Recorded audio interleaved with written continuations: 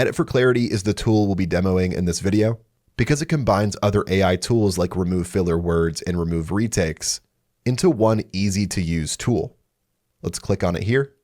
We can change the edit intensity from low, medium, and heavy. I'll bring it to medium. Before I click submit, let's preview our demo video one more time to hear how it sounds without any changes. I'll go down here and click on play.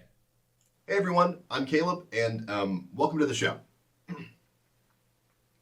Hey everyone, I'm Caleb and welcome to the show.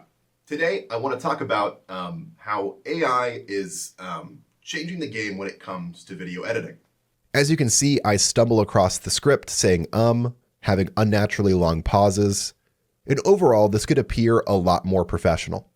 Let's go back to the right-hand side and click on Submit to see what changes Underlord makes. Underlord will work on your video's transcript, and it will provide suggestions on how to make your video flow a lot better. Here you can see that Underlord understood that the first take of my video was incorrect, so it suggests to remove it.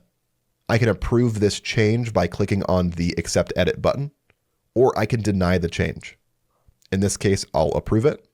Here, further into the video, you can see I said filler words like Underlord was able to find all of these within my transcript, and it recommends removing them.